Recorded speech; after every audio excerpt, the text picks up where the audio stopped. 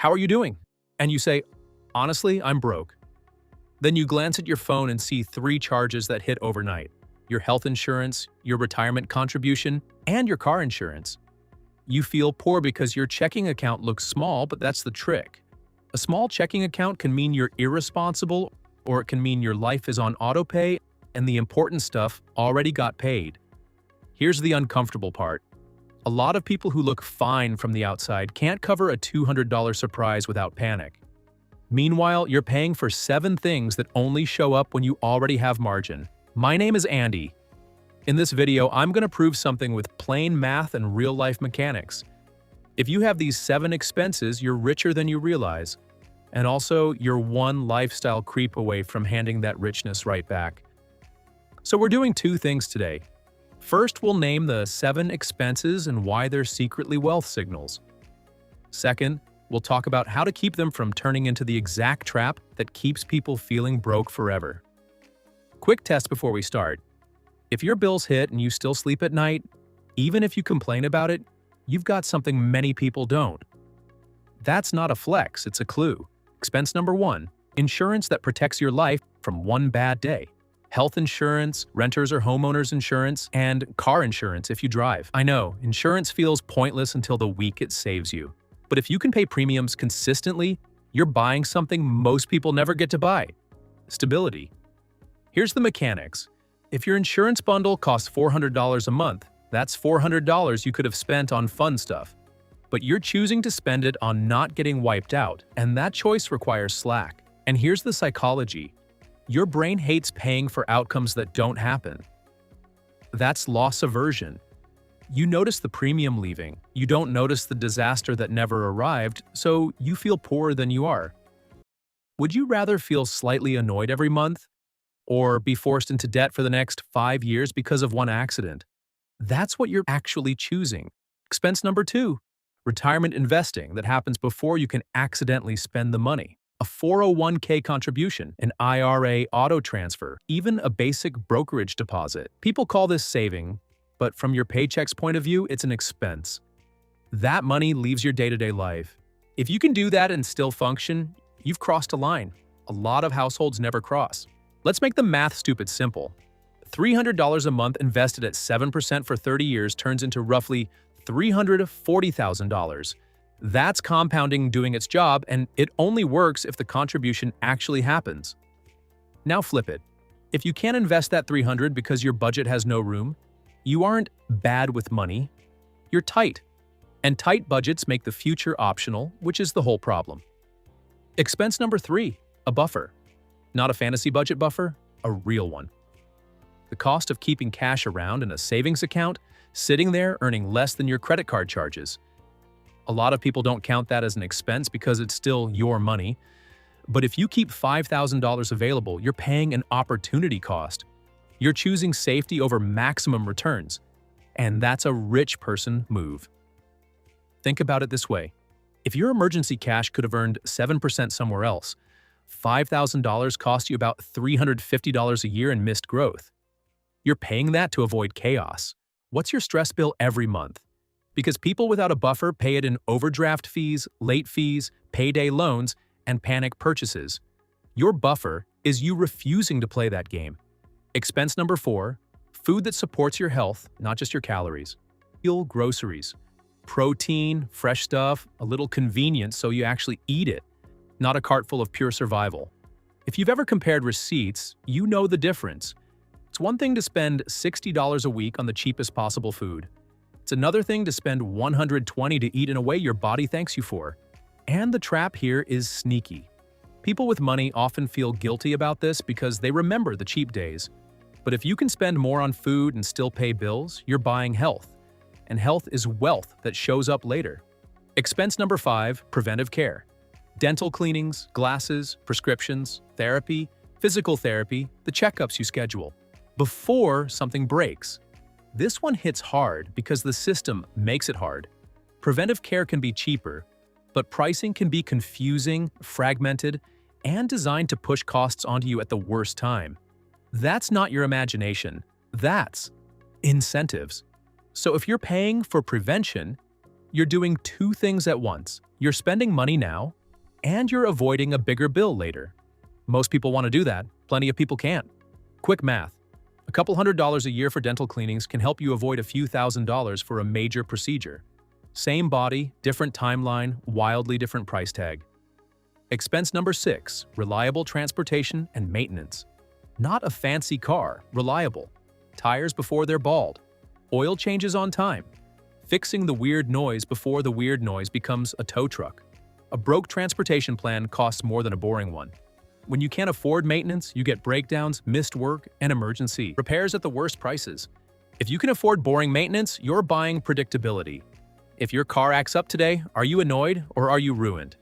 That's the difference between a cost and a catastrophe. Expense number 7, paying to buy back time.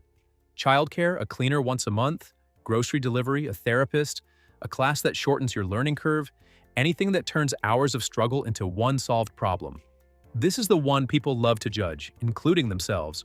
I should just do it myself, but time is a resource, and if you can spend money to protect your time, you've got surplus. That's what rich really means, surplus. Now notice something about all 7. None of them are flashy, they don't look like wealth online. They look like boring, adult stuff that drains your account, which is why you keep telling yourself you're broke. Your brain is scanning for rewards, new clothes, new tech, a vacation photo. Protection expenses. Don't give your brain a dopamine hit. They give you a quiet life, and quiet doesn't feel like winning until you compare it to chaos. Let's put this into one simple monthly story because this is math. Say you take home $4,000 a month and you pay $400 for insurance, $300 for retirement investing, and you set aside $200 for a buffer. That's $900 gone before rent, food, or gas. If you compare yourself to someone who takes home $4,000 and spends that $900 on restaurants, shopping, and trips, they look richer in the short run. Their bank account looks bigger all month. Their life looks more fun. But their financial system is fragile, and fragile systems feel great right up until the moment they don't. Then the costs show up all at once and they show up with fees. That's the part nobody posts. Here's the behavioral economics reason this hits so hard. Present bias. Your brain overvalues today and undervalues next month. That's not you being broken. That's you being human. So when you set up autopay for boring protection, you're basically building guardrails around your own wiring. That deserves credit, but we've got to talk about the other side too, because the same 7 expenses that signal wealth can also disguise overspending. So we'll go expense by expense again, and I'll show you the line between "this means I'm doing well" and "this is quietly wrecking me." Start with insurance. The wealth signal is having coverage and actually paying it. The trap is paying for every add-on because fear sells. Somebody offers an extra plan, a warranty, a rider, a little bundle that promises peace of mind, and suddenly you're buying 5 forms of protection for risks that would have been annoying, not life-ending. Here's the clean rule. Cover the big risks you can't survive. Skip the tiny ones you can cash flow. What's the biggest bill you couldn't pay out of pocket this month? That's the thing you insure. Everything else is a negotiation with yourself. Now, retirement investing. The wealth signal is consistency, especially when you do it automatically.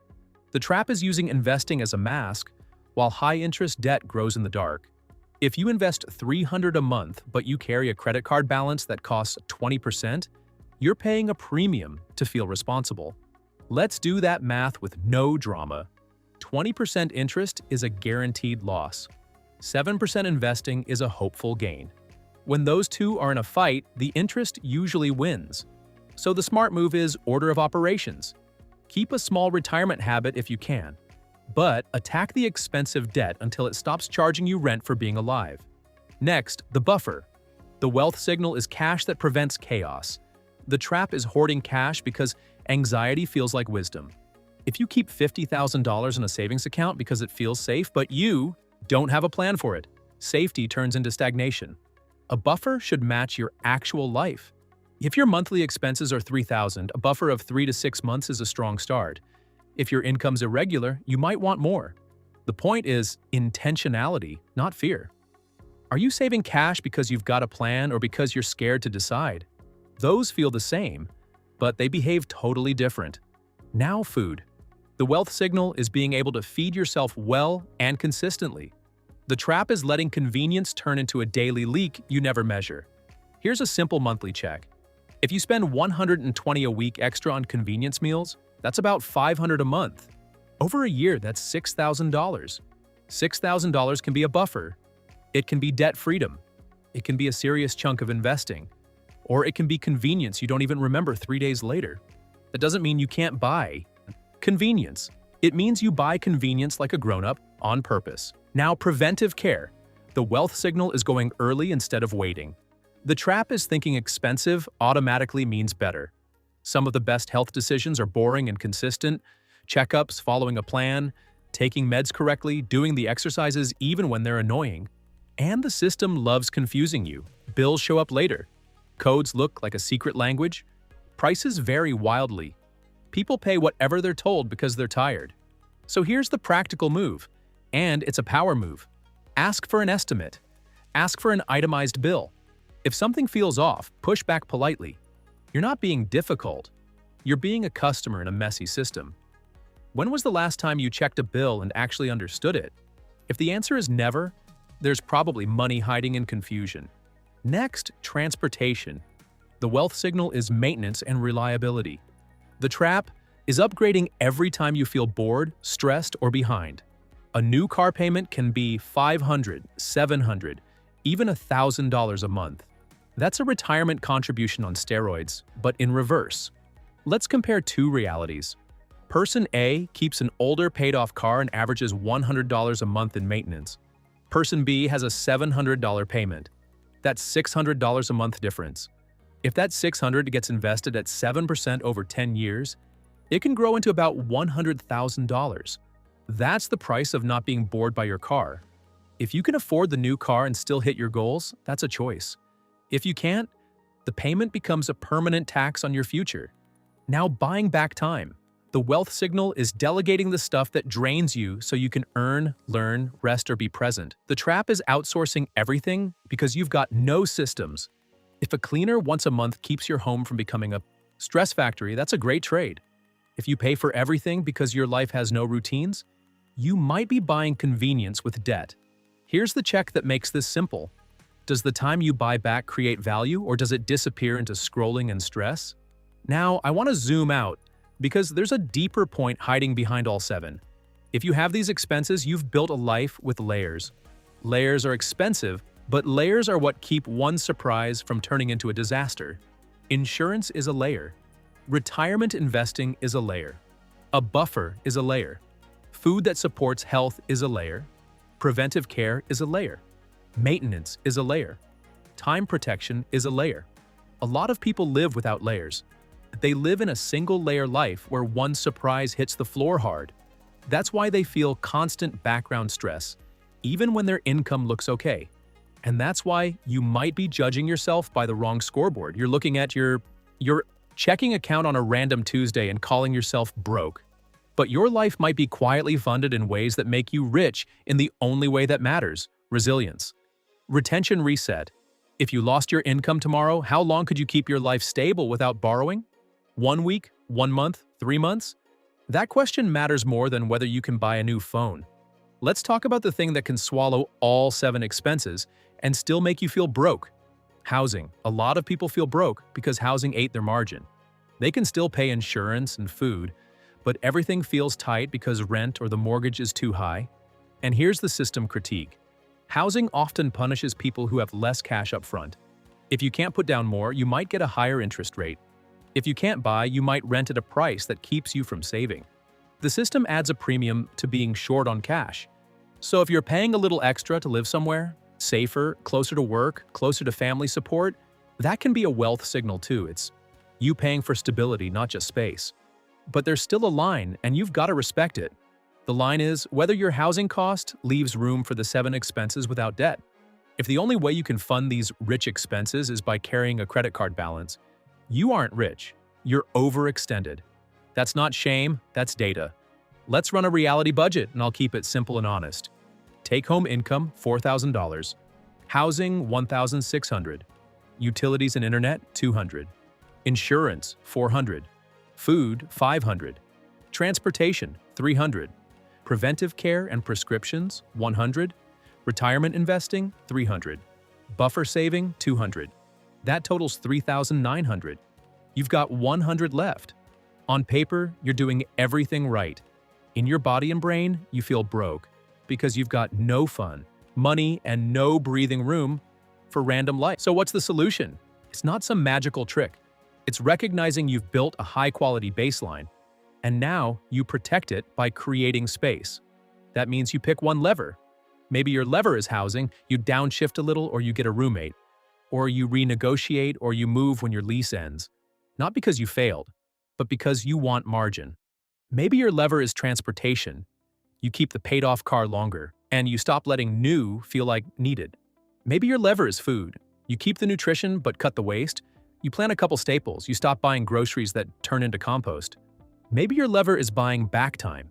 You keep the one service that saves your sanity and you cut the ones that are just convenience out of habit. The goal isn't to delete the 7 expenses. The goal is to stop the 7 expenses from turning into 14. Because that's what happens when life gets busy. Insurance becomes insurance plus extended warranties, plus subscription protection, plus device coverage. Retirement becomes retirement plus random stock picking because you're bored. Buffer becomes buffer, plus I'm scared to invest anything. Food becomes groceries plus daily convenience meals. Preventive care becomes reactive care because you skipped basics. Transportation becomes a new payment. Time buying becomes spending because you're tired. Lifestyle creep doesn't announce itself. It whispers, "You deserve it," and it shows up as a monthly charge. How many monthly charges hit your account that you'd never notice if you didn't look? That's where the feeling of being broke usually hides. So here's a simple exercise for after this video. For each of the 7 expenses, ask, what's the minimum version that still protects me? Minimum doesn't mean cheap. It means effective. Then ask, what's the luxury version I'm paying for without realizing? That second question is where you'll find the money that makes you feel broke. And here's the mindset shift that makes this feel empowering instead of restrictive. You aren't paying these 7 expenses because you're bad with money. You're paying them because you're building a life where problems don't become disasters. That's what rich looks like when the camera's off. One more check that cuts through all the noise. If you had to cut one thing tomorrow, could you do it without losing sleep? If the answer is no, your system's too tight, even if you're doing smart things. So let's land this clean. If you have these 7 expenses, you're richer than you realize because you've got stability, resilience, and options. But if those expenses are funded by debt, or if they've quietly expanded beyond what your income can handle, they're also a warning light. The move is to keep the protections, trim the extras, and buy back breathing room. Because once you have breathing room, everything gets easier. You can invest more, you can take opportunities. You can handle surprise bills like an adult, not a hostage. If this helped you see your finances differently, hit subscribe. I'm here to make money feel simple and to show you the mechanics so you can stop guessing and start winning.